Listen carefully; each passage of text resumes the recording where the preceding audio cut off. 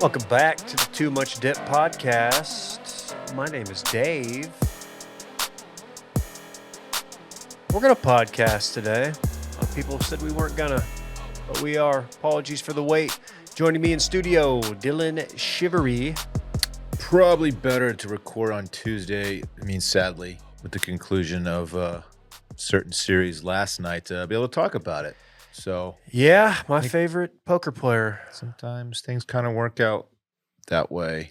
Old Lee Kalagowski. He is out of the World Series of Poker. He caught a bad flop. So I'm glad you acknowledged that. You were watching too, huh? I was. Yeah. It was tough to see old Lee Kalagowski go down like that. Tough break for old what is it? Kalagowski? It changed. Kalagowski. That's him. Yeah. The Goosk. It's always next year. There's always next year. I think there's a lot of those, right? There's always next month. They do them. I don't know. It seems like there's many. Our friend, that noted dumb fuck, Jake. I guess Jake's actually what is it? What do we call him? A dumbback circle fucker. Jake is actually that. His cousin is like a very, very high level poker player who makes a lot of money doing that. Yeah. That's about all I can tell you about it. Interesting. Talked about it on a podcast a long time ago, but true story. And there will be more of those true stories here on the show today. And speaking of true stories, KJ Ellis is looking damn cute today. That's true. What's up, fellas? Happy to be here on a Tuesday. Happy to be here on a Victory Tuesday, if you will. As, the lows of last night could only be overcome, if you will, by just walking around with BDC, BDE. So really just kind of my protein shake bullshit today. So happy to be here. Your favorite rapper have two majors? Bryson does.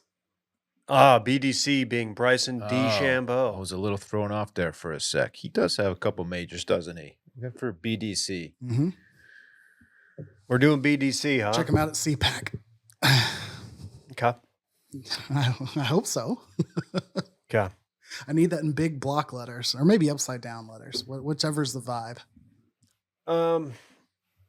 Today's show is brought to you by Rowback, our good friends at Rowback. Are you interested in the best golf gear in the game, or just your best casual or workout wear? Go to Rowback. And they have newly released swim trunks that are fire as well. Ooh, I wore them to the pool at the beach. Some workout shorts that I've yet to get my hands on, but they offer them with and without a liner, which is kind of sick. Is it true you go no liner just in case? I typically go no liner because I like to wear my own undies under shorts, but if the liner's dope, I'll do them. Yeah. Call me Matt Liner because I love their liner. Right. They do have their swim trunks have a fantastic liner. Very comfortable swim Very trunks. comfy. No netting. I have two Rowback hats that are white. Why is that? Well, because one of them is my quintessential gym hat, and the other one I just wear to work. I wear around, and I don't, one of them I sweat in. I also saw that you requested the Row bucket hat. The bucket hat from Rowback. That was actually HIPAA, so you're not really supposed to tell people that. You just edit that out. Yeah, washed 20. Washed 20 will get you 20% off at checkout. Load that card up. One-time use code. That's right. That goes a long way with Rowback, so check it out. Shout out to Rowback. It's not often we have two very, very huge things to talk about. But this is a Tuesday show, and Dylan mentioned it. We had one series ending. It's very near and dear to our hearts. And we'll start with that. We'll just get it out of the way. The Boston Celtics are the NBA champions. They complete a gentleman's sweep of the Little Mavericks, our Dallas Mavericks. And I am sad, but I am not defeated. And I will let you guys just give your thoughts overall. Not on the Mavs season, but just on the finals. And then I'll have a few thoughts that I'd like to give at the end because I don't want to make it too weird here right now. But y'all just go ahead. Give me your initial thoughts. I'll keep mine short before I let the actual Mavs fans speak on it. Didn't watch a ton of it, but I did watch Jason Tatum deliver perhaps the corniest uh, post-win line. I don't know if he's trying to do Kevin Garnett, What happened? but it seemed super rehearsed. He's getting just absolutely dragged on the TL for it. I didn't know he was like that. Corny? Yeah. I didn't either, but he probably wants that one back, as he's just getting yammed on by all the non-athletes on social media. It's very rare that a guy can do more for his, can actually like hurt his reputation by finally winning a title. And now who's hurting his reputation, or who's chirping him right now? It's idiots like us. It's Yes. guys who don't play. And he had a great game last night. And he is a very, very good player. But yeah, I did not know he had that in his bag. I thought that was very strange. And yes, I did watch it through the end, even though that game was over pretty much with like, 30 seconds to go in the first. Does that sting less for you when it happens that way? A game of that importance, when if it's like, all right, well, at least it wasn't close. They didn't have a chance at the end there. I mean, obviously it was 3-1 at that point anyway. So even if they did win, they still have an uphill battle. But when it feels like it's over in the third quarter, you're like, okay, well, at least I can start accepting it now as the time ticks down. No, because last night I was actually just, you're hoping just for a good performance. You don't want to go out sad. You don't want to go out like a blowout, which last night basically was. Yeah. So no, it still hurt.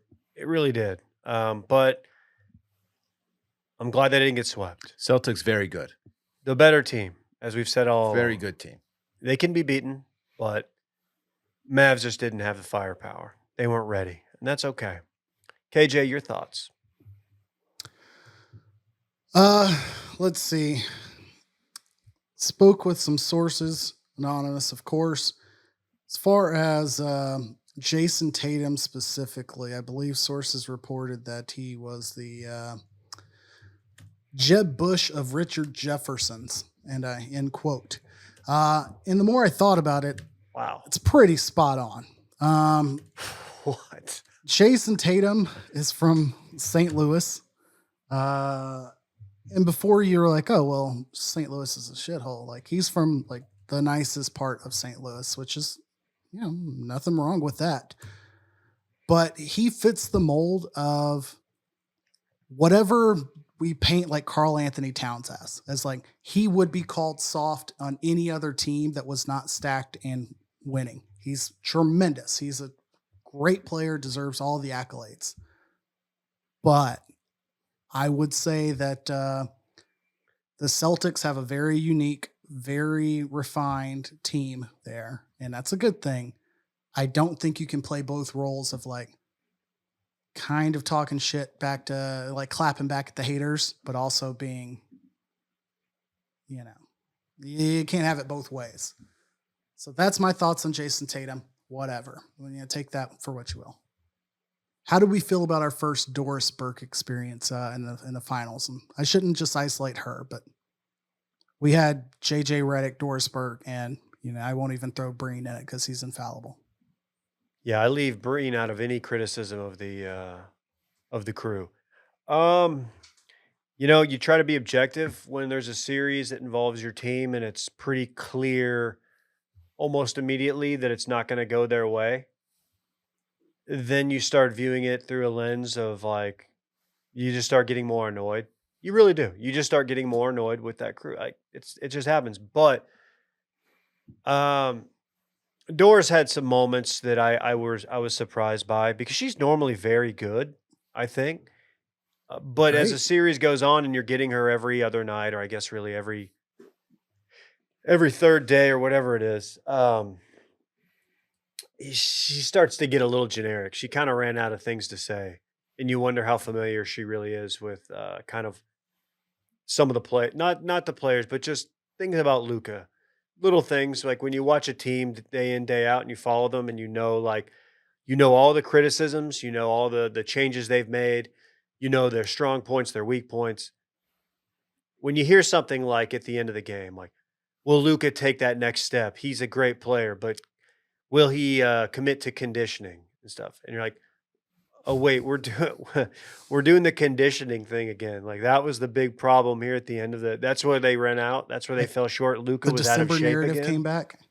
Not that he was playing on one leg and getting what's the Tropidol or what's the shot that they give people? I don't know. It's just so he could play Oh, on yes, yeah, Tramadol. Tramadol. He's getting Tramadol shots so he can just go out there and play on a sprained knee. Um, that was that kind of stuff really rubs me the wrong way. Um, overall, I just don't think she has that good of chemistry with Breen and JJ, and I don't know if that's all her fault. And JJ won't be in the booth next year; he'll be in LA, so it won't matter. Is that official, or we're still expecting it? It looks like it's all but done, but I'm sure the way Okay. this podcast goes, I'm sure we'll hit the button and then like 10 minutes later it'll come down. I think that what you're getting at there in the end, like, there's probably a balance of this is on her and JJ Redick to a certain degree. Like, this is the finals. You had 8 days to prepare for it. But also, maybe somebody didn't sit down and prepare her for, or them for, I'll say collectively, because I don't necessarily want to single her out. You've got 4 to 7 games worth of content. And by game 5, especially in one that's been full of blowouts, like, you cannot burn through your bag to the point where you're, like you said, bringing up narratives from month 1 of an 8-month season. Like, if anything, go back to whatever you were saying about this team in the beginning of the playoffs. And that would be less, like, just as irrelevant, but at least more topical. Sure. Just focus on the playoff narrative, from April and May, like, which seems absurd to think of. Yeah.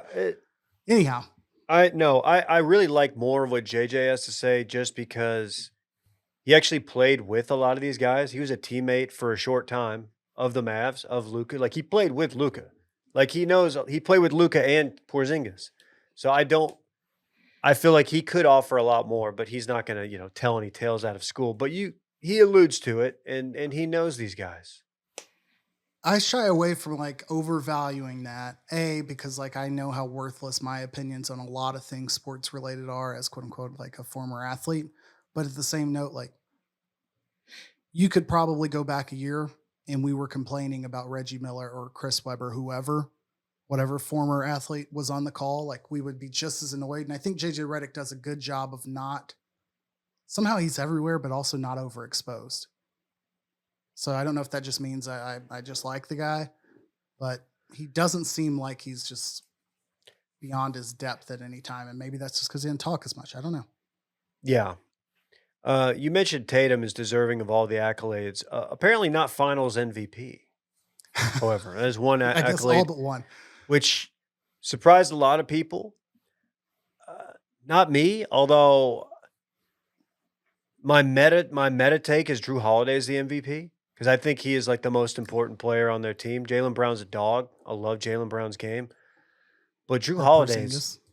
like fucking everywhere, and he is such a good facilitator, and he is so elusive, and he is their best perimeter defender, I think, him or Jaylen Brown.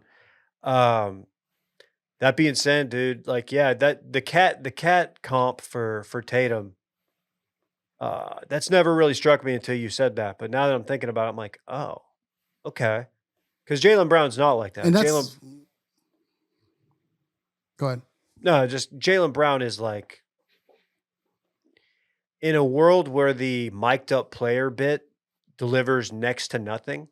I thought last night you had a little bit of something with Jaylen Brown mic'd up and saying, like, if Luka's in, leave me in. That kind of stuff. It felt authentic. And a lot of the times, actually 95% of the time, that stuff never feels authentic.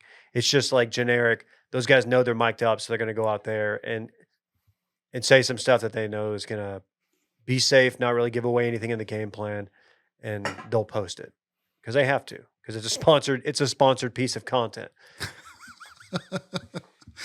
Did you notice a brief moment after game 4 that I don't think I sent it to our group text, but I was ready to tell Adam Silver about some tampering, even though it would have been a self-inflicted wound after game 4 when the president and CEO, I believe still, of basketball or of the Mavericks when sent Marshall embraced Jaylen Brown after the Mavs beat the Celtics in Game 4 in Dallas. Went to another source. Immediately I learned it was because they both are Cal Berkeley grads and like that was their connection. So, no drama there, unfortunately. You just got your franchise leader, like who was expecting probably that their team would be swept off the court at the end of the night, like embracing the MVP on the other team. I did not know that. Kind of strange. That is Yeah, interesting. that was news to me. Jay Kidd, also Cal Berkeley, famously. Oh, you know what? I don't think that I recalled that. But yeah, you're right. I don't know how to characterize this finals. And I don't know if it's because of the gap between conference finals and how much momentum we had going into that position as like viewers and as fans. I don't know if it died in those 7 days, but I'd never felt less engaged about a team that I support in a finals than I did for this. And it may have been that they got their teeth kicked in 20 minutes into the first game and it never really changed. But it just felt flat. The 3-day break, I don't know. It just fell flat for me, emotionally at least. Yeah, Dylan said he didn't follow it that much, and I thought about it. I'm like, yeah, really, like, why would you? There was no games that were. There was one game, Game 3 was the one that was, the comeback, and it was relatively close at the end, but there wasn't like oh shit, this is a tie game with 2 minutes left. I gotta tune in. Like, why? It wasn't a good finals. It just was not. So that checks out, and I'm sure. I wonder what the ratings will reflect, and then people can dunk on it if the ratings were bad. And they'll blame Luca or some stupid shit. Yeah. Yeah. Complaints too much. People were turned off. My only other note I wrote down, and I don't know why I feel compelled to say it, but watching the Celtics, I found myself questioning, like, hey, do I need to check myself? Do I have a problem here? Because last week I came on the show and said something about whatever Pritchard's first name is. Peyton Pritchard. And Breen called it out. He loves these moments, and he approaches the fucking half-court shot, and Luka challenged on it, so Luka respected that he could make it. Yeah. Right before half, or right before the third was over. Or I guess it would have been before half. And it goes up, and I'm like, I'm not going to repeat any of the words I said, but you can imagine like you get cut off in bad traffic, and the trope of your description of the other person is probably going to reach its lowest point in that moment. I was at that moment with Peyton Pritchard, and I'm not proud of it, but I feel like I've got to hold myself accountable publicly and say I might have yelled some expletives. Kind of like you were in like a Call of Duty lobby or whatever. Oh wow. Yeah. You just really said some things. You're like, man, I regret much of that. Yeah, I just assumed it was going in. There was a vibe, dude. There was a vibe last night, and they weren't going to be denied. And when you got like what's his name, Hauser out there, just like that dude doesn't miss. That dude found his stroke in the finals. You're just like, okay, well, you know what? Frat on, good sirs. You are the better team, and also you're playing at a level, like the highest level you can play. So we cannot match that. So congratulations. I hope we can make it respectable in the second half. Enjoy it. Enjoy it, Bill Simmons. Boston. Enjoy it, Donnie Wahlberg. The city of and how spoiled they are as fans is quite disgusting. What's the deal with Donnie Wahlberg? I don't know. What do you mean? I don't know. It's just like he is like their notable. He's one of their notable fans that like gets great seats and courts. Is always named as he's in attendance and stuff. And I'm like, dude, Donnie Wahlberg. Do we still? Okay. Like, should we still be highlighting him? Yeah. Of the Funky Bunch? New Kids on the Block. Okay. Mark Wahlberg was the Funky Bunch. His brother was he in the Funky Bunch? Is that not his brother? I thought both of them were. Yeah. I would expect his brother would be part of the Funky Bunch. No, they had a falling out. He wasn't funky enough. Okay. I don't know. You didn't see that behind the music? I don't know. We don't get whichever Jerry Jones offspring sits right next to the scorers table. But I damn sure point that out every game. Maybe That's he fair. should be getting hit with that credit too. Anyhow, I'll see you in December basketball. It was fun. Hey, Until then, I will be enjoying WNBA and 3-on-3 basketball in the Olympics. I will be avoiding sports media for a while outside of this podcast. Because now you're in the stock up, or did Luka tank his stock in that NBA Finals? Like, you're getting actual real world discussions. You're getting a former NFL player, Chris Canty, issuing just takes. What did he had to take today? Like, Luka's more like KD than Dirk because he doesn't have the work ethic. And I'm like, dude, that's a shitty take on so What? many levels. Like, so you're trying to insult Luka by comparing him to KD. Who's arguably better than Dirk. I think history will reflect that, as much as it hurts me to say. But yeah, it's just bizarre. You're just getting a lot of bad takes. Keep in mind that this I'm gonna do. This is my level of cope. Is this Mavs team, this iteration, first of all, overachieved greatly. They were a 5 seed. They were a borderline play-in team for most of the season. They made that trade. This group has been around. They've been playing with each other for 5 months, right? They did not have a training camp. They will be if they are not a top 4 seed in the West, barring like catastrophic injuries, like that will be a big disappointment and a shocker. They are going to be good again next year, and I fully expect them to make another deep run. Maybe you go out there and you make some moves and you add a Bronny James and maybe his dad. You want that? I do. I mean, LeBron is still obviously very serviceable as a basketball player, despite it being 40. How old is he? Old. Yeah. Yeah, you take that for a year. That's kind of insane. Yeah, I He's do. still I a do. top 15 player in the league. Is he not? Did he? I don't know. You look at like, I don't know. Can he keep up with the Thunder, and you got to think the Nuggets are going to be right there next year, and then obviously Boston. No, Ja Morant gets healthy.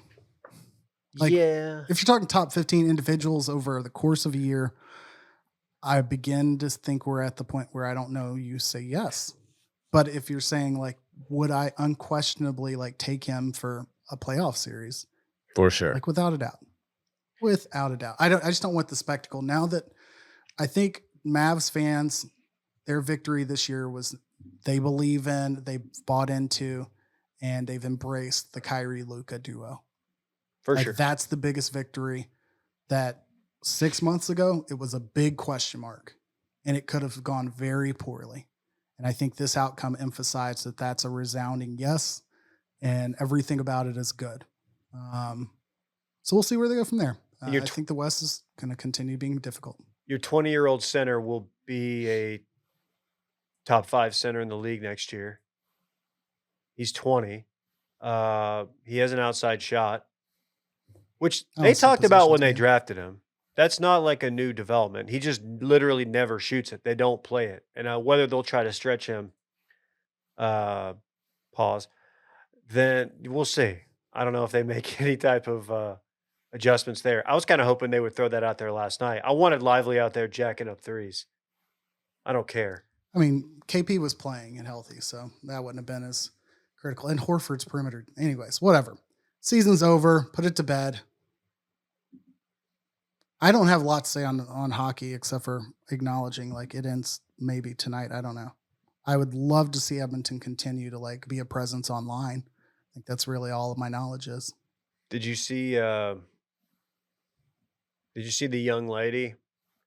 The infamous she had to clap back at the haters under a bridge, and I don't really know the significance of that. I don't really know what that was about. It was a bizarre rant that she went on. It was very strange. Yeah, it was a Canadian rant. It didn't make a ton of sense. It really didn't. And are there that many haters? Who's hating? Maybe some ladies online. I don't know. That's someone who's not used to having haters. Yeah. Like she was just a nobody, and suddenly she showed her honkers on TV or whatever, not TV, but someone captured video of her honkers and posted it, and now she's like, "Oh, I got to say something. Let's address the haters." Yeah, and I don't Okay. want to blame her, but it's people need to know if you're gonna reveal the honkers or do a hog reveal. You're gonna get some attention. Yeah, you might have some haters. So like Tony P in DC, when he finally does decide to reveal the hog, there's Mhm. gonna be some backlash, right? So that's just something you got to know going in. KJ, what say you? I didn't think I was going to have to like run through my brain for Tony P and DC here today, but phenomenal. All it does is make me sad about where we are as a society. As somebody who, I don't know, once a month will call up Woodstock 99 footage on YouTube, and there will be countless similar acts of pleasantry from members of the muddy and depraved audience on those fateful days. And then you just kind of shrug it off. But the power of TikTok emphatically said, enunciated correctly. I'm thinking about this one person several days, I should say in a row, but you know what I mean? Several different iterations. So, Yeah. Are we overvaluing the rack? Oh, I don't know. Well, I mean, especially when there's been another a muddy set that's hit the timeline and someone screenshotted. Exactly. You know what I mean? Which, by Make the way, some room. I missed that. What happened? Casey Musgraves. Oh yeah. When did she post that? I think it was late last week or over the weekend, something like that. Did she post and delete? I saw it and I was like, I No. could share this with the squad, but someone's going to drop it before I can even get to it. So I just ignored it. And it took y'all a few days to catch on. Okay, whatever. I don't care. I screenshot that thing immediately. Okay, here we go. I don't have my settings to where I could tell if it was AM or PM, but it was 9:30. And I'm just really hoping that I got it like at 9:30 at night. Yeah, no, And then I didn't see it like at 9:30 in the morning. I'm like, age it up. nothing wrong with that. Oh, You're a guy. man. You're a boots on the Anyhow, ground. I have not seen official word. Maybe it's out there. I'm not a big TMZ guy, but I feel like we're back in single Casey era, and your boy's enjoying it. It's a great time to be back online. I think she is single. Her and Shel Silverstein don't seem to be together anymore. I'm sorry for their loss. Speaking, Don't know that reference at all. But her ex-boyfriend looked like Shel Silverstein. Who's Shel Um, Silverstein? a light in the attic. Where the sidewalk ends? Correct. Correct. Don't know where that guy looks like. I just know his Look books. up Casey Musgrave's boyfriend, Shel Silverstein. A light in the attic. Those of Also, you at Shel home. Silverstein. Okay. Okay. Wait, are you telling You me get the Shel images, Silverstein's they're a guy? side by sides. I learned, I don't know, I'm 37. I learned at like 35 that he wasn't black. And all that time, I guess I should have just read his name. But his author photo on the back of where the sidewalk ends is like in sepia tone or black and white. Okay. And the contrast in there made me think that he was a brother for quite some time. I thought we had one. And Is this stolen valor? Silverstein is, I mean, for 35 years, I thought there was an extra author on the squad, and there was not. Also, Let's see U.S. Open, please. sneaky. There's some sneaky Tyson Chandler here too. I mean, there's Yeah, a little bit. this is all fair. By the way, Shel Silverstein, he's been dead for years. Rest in peace. Yeah. Shout out to his family. Oh, okay. I'm looking at the picture of KJ. I see where you're coming from. Dude, He dressed up as him one year. okay. Okay.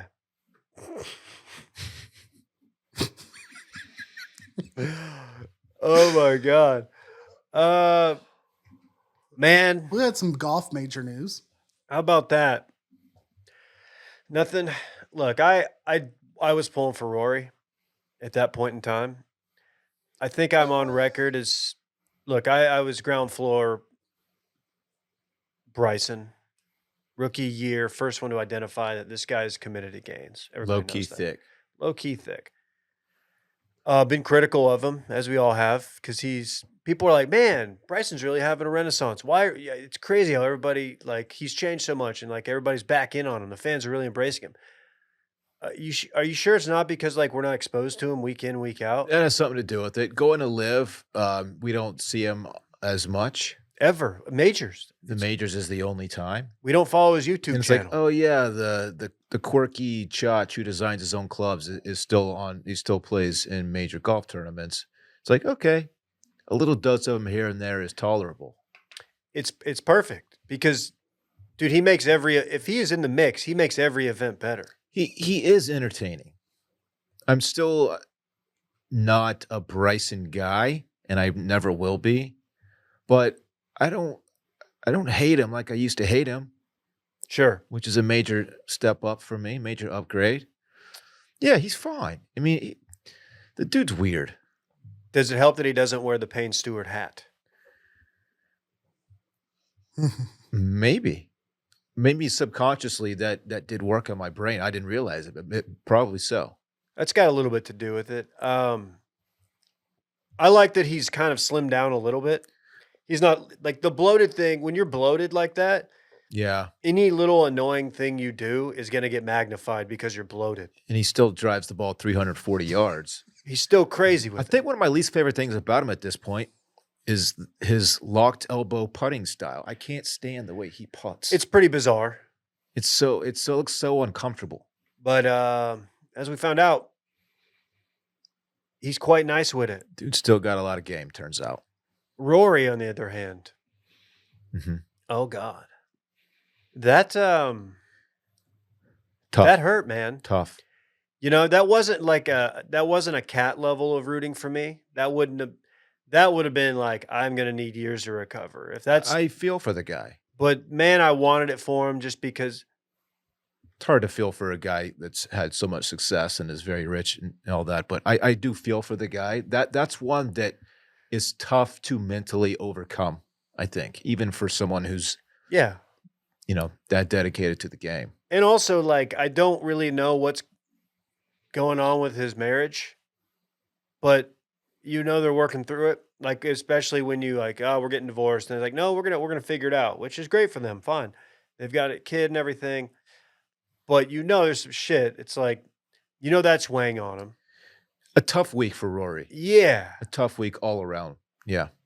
And then to get the fuck out of there, like, you know what? I'm just going to back out of this here parking lot. I'm not going to talk to anybody. Which he didn't like screech out of the parking lot like people are saying. He did leave quickly, but he didn't, he didn't slam on the gas on his way out the lot. Yeah. And I was talking to Will about this when you were out yesterday. Because most leagues you are, obligated to address the media after a game. This is true for the NFL, for Major League Baseball, for the NBA. Does golf have a similar rule? I don't think so. Okay. I don't think so, because I have not heard anything about that. He did hit the Notes app. He Saw hit us that. with that. Good for him. How do we feel about Pinehurst? I thought it was pretty sick. My favorite thing about watching the U.S. Open, I think, was like the course was so difficult, and if you are like punished for not hitting really good shots, and I've never played on a golf course where it goes from fairway to native without rough being in between. It's just straight from plush hitting surface to sand and weed. Yeah, and it was insane. And to be fair, like most of the fairways are pretty huge. Yeah, it's just but they also ran a lot. Yeah, for sure. So it's like, yeah, you can take a rip at it, but like if you miss, you're in theory going to be punished. Although Bryson kind of got every break. Yeah, and then the greens were even, turtle shell greens.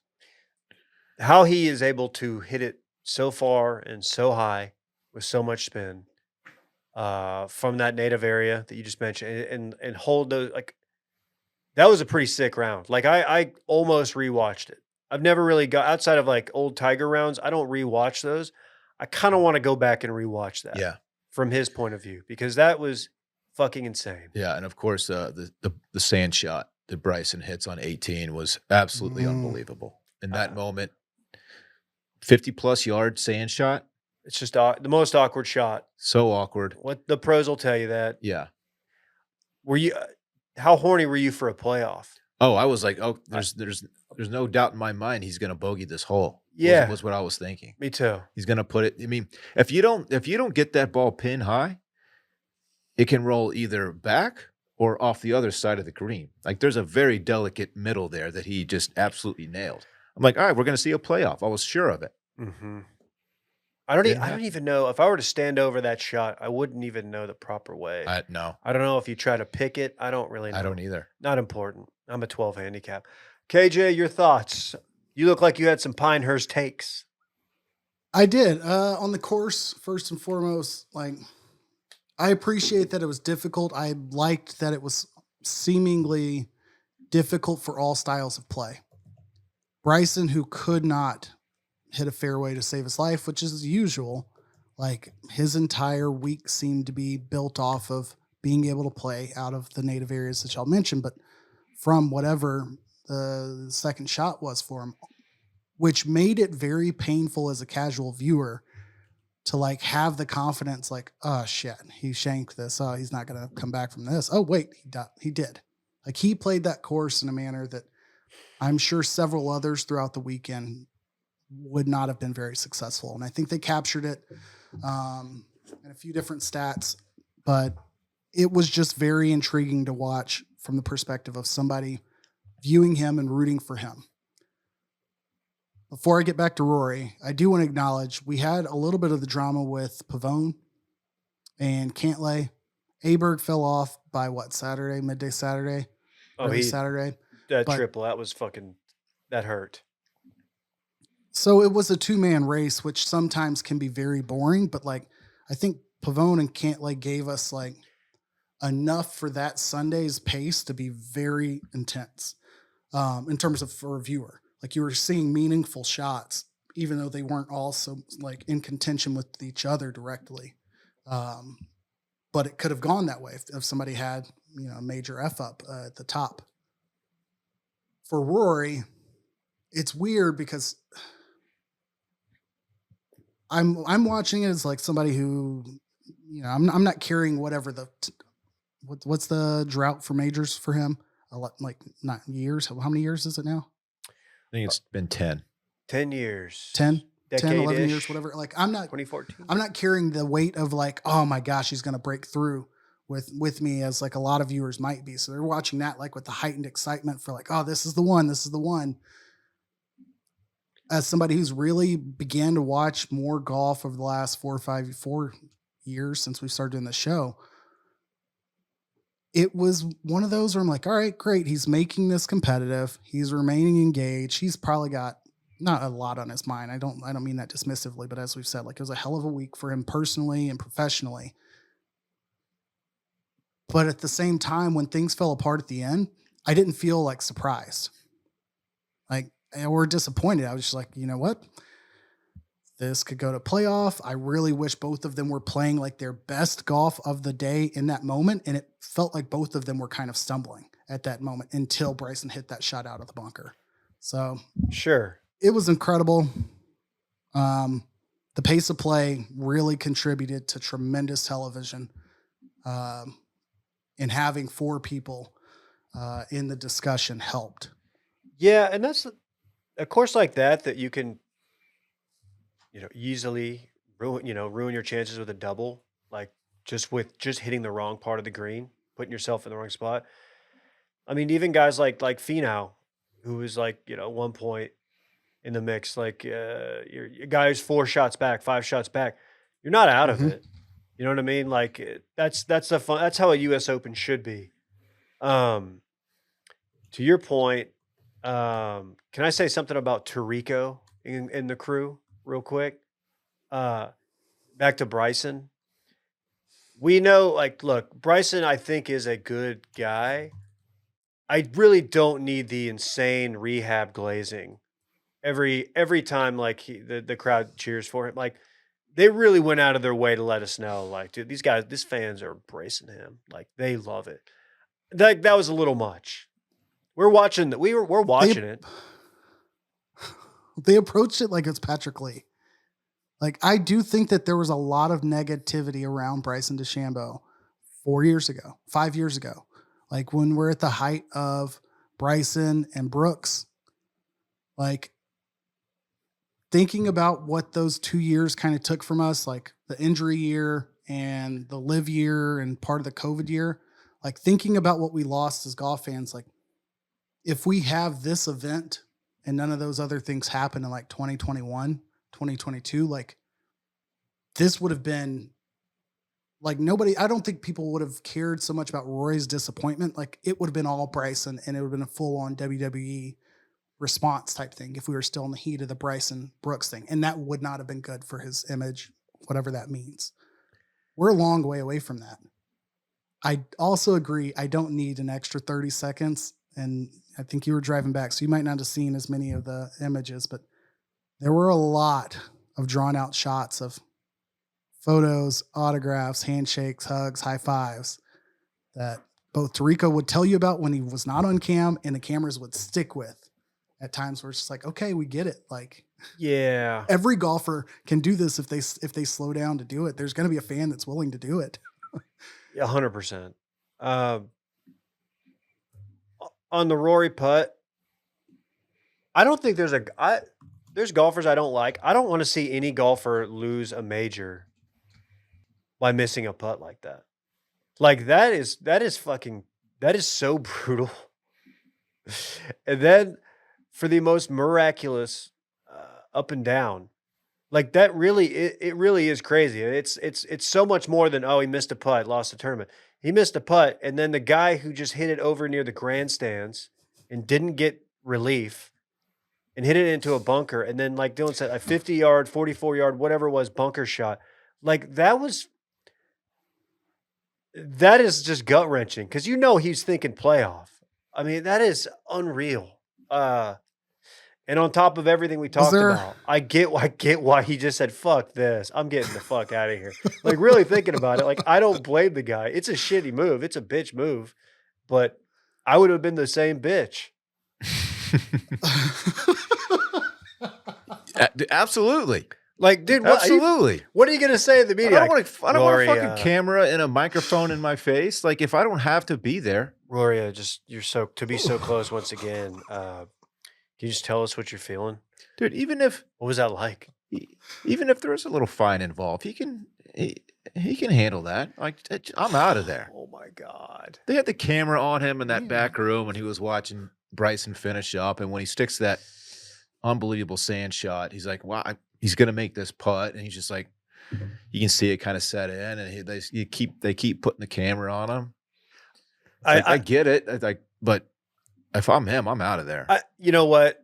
If I'm him, I at least go out there, and once he gets up the walkway, and engages his own team, then you're there to dap him up and be like, hey, that was sick. Great shot. And then you leave. Then you don't go talk to the media. And then it's a little bit better. You know what I mean? Yeah. Oh my God. Really talking through it is it's just like, holy shit. I don't know. I always thought he had a good relationship with golf media, but maybe that's changed recently. I have Roars? no idea. Well, he's very. No, I'm doing a Ballyonist thing. Oh, okay. Not true. By the way, speaking of screenshots. One suggestion for golf there. We get the shot of Roy waiting on his to-go order, watching that go down. They need to take a page out of the Bachelor script. This is when you get producers opening the door, rolling in the like the wheeled suitcase, like just in the background and not saying anything to anyone. Like just behind Rory, you get a producer with a headset wearing all black, and they just kind of roll in the bags just to kind of acknowledge like they know he's gone too. So, go ahead and leave when you're ready. They roll in his golf bag. That's what I want to see. His travel bag. It's like all ready to go. Oh yeah. Okay. Yep. You won't be needing these, sir. We packed it for you. And then we don't need cameras in the parking lot. That was the other thing I wrote. Like, no other sport has that aside from like WWE has the fake parking lot scenes. I don't need media members sitting behind like the sponsored Lexus lot. That's a bridge too far. No, it's added value for the sponsors, dude. It's more airtime for Lexus or whatever. It's actually pretty genius. Okay, you get Monday Night Football post game. Like, here's Dak peeling out of the Coca-Cola lot. Did not speak with Troy Aikman post game. The Coca-Cola lot. I don't know, man. But you see what I mean? Like, there's no reason for us to have that shot. And if that shot doesn't exist, we don't get extra, like, Rory slander. Okay. You're right, but man, it does just kind shows of that make golf has a lot of bullshit time to fill between Bryson wins and they had like 20 minutes of shit to do before they could like get the Maurice Claret jug up there. Counterpoint, the Maurice Claret jug. Counterpoint, we got some of the best Tiger Woods footage of all time from that parking lot. Him walking into the tournament, backward cap, It's the sunglasses. same parking lot? Different parking lot, Okay. but you know what I mean. Like that parking lot cam's Not the delivered Perkins. on a number of occasions. Fair. And I do realize Claret jug is the open. And plus, you always catch some guy that's, he's out there and like he's like talking to his wife and he's like telling her he needs a ride home because he drank too much on the course, or he's out there, he's just sitting out there having that last beer that he didn't finish in the cart with his boys. The golf course parking lot's where it really goes down. That's what really separates the true beaters. The Uber's waiting outside the gate. They won't let him through. It's a whole thing. Okay. The Maurice Claret Let's do a quick jug. sports party. Impromptu sports party. Hard Knocks. Any interest in the AFC North in-season Hard Knocks? Yeah. Different. I'm interested. You just, instead of one team maybe not giving you the best storyline, you got 4 opportunities there. I'm as interested in all the previous Hard Knocks that I've been interested in, which is I will watch. I will tune in. If it keeps my attention, great. If not, I'll just move along. That's how it's going to work for me. KJ. I feel like my Hard Knocksification of the world, my allegiance is with golf. Like, that currently is a sport that I need and want that behind the scenes. Like, I want to see this episode next year. For football, I feel like I get enough media during football season to where I don't know how enthused I'll be when this comes out. But it is 4 really good quarterbacks. And I'm seeing the note here. I completely forgot. Like, we're getting more than just an in-season Hard Knocks. Off-season Hard Knocks, the Giants. Training camp Hard Knocks, Daniel the Jones. Bears. Don't really care about the Giants. What's the off-season Hard Knocks going to even look like? It does not just include front cuts. office moves? That was like one of the things that they like said immediately. It's not going to happen if we're involved. Like, the Giants have avoided this like the plague, but they've flat out said we will not be doing cuts on air. Which I think the Bears said this too. So, or I guess it's the Bears who said this. I'm sorry, because that's training camp. I can appreciate that. You get draft, you get mini camp, and probably a shit ton of Caleb Williams like media prep. That'll be interesting. I'm in on that. And then real quick, I don't know this Eagles story. You want to do Eagles or you want to do Olympics? Yeah. I threw both in there. We can save some of the Olympics, but I did want to remind everyone that we've got the Olympics starting soon. This came to mind because if Luka plays in the Olympics, I'll kind of be upset. We don't have to harp on that, but Olympics aren't far off. The sources in which I've found this story have not all been reputable. But Eagles linebacker Terrell Lewis was called out by an OnlyFans model, one Mia Mercy, is seen in a couple of images. She is chasing him, sans clothing. She's sans clothing. I believe he is in shorts, running down the hallway of a hotel. Under what's said to be that he was unwilling to pay the woman her money for the services. I'm not going to speculate beyond what I've already shared, but I do know there's an offensive lineman in Cincinnati, one Lyle Collins, who will probably advise just to go ahead and pay the woman. It's always best to do that. Just pay the woman. So the image is a lot. It's unfortunate to see, but thankfully it is not the worst hotel images for a football player that we've seen in a while. A lot of bad hotel stuff. As A we've lot learned. of bad hotel videos. Jeez. Or security cam photos. Parisian Olympics. I just like fucking saying Parisian. That's an elite word. Yeah. I'm glad you put this in here because new sports, new events. no Bryson. No Bryson on the golf team. I forgot That's kind golf of is what part led of me the here. Summer Olympics. Yeah. Who's getting a tattoo they're going to regret immediately after the Olympics this time? It ain't Scotty. Can't let. No. Scotty's above that. Maybe Wyndham Clark. I don't know. Everybody's mad about Wyndham Clark getting it instead of Bryson. And you know what?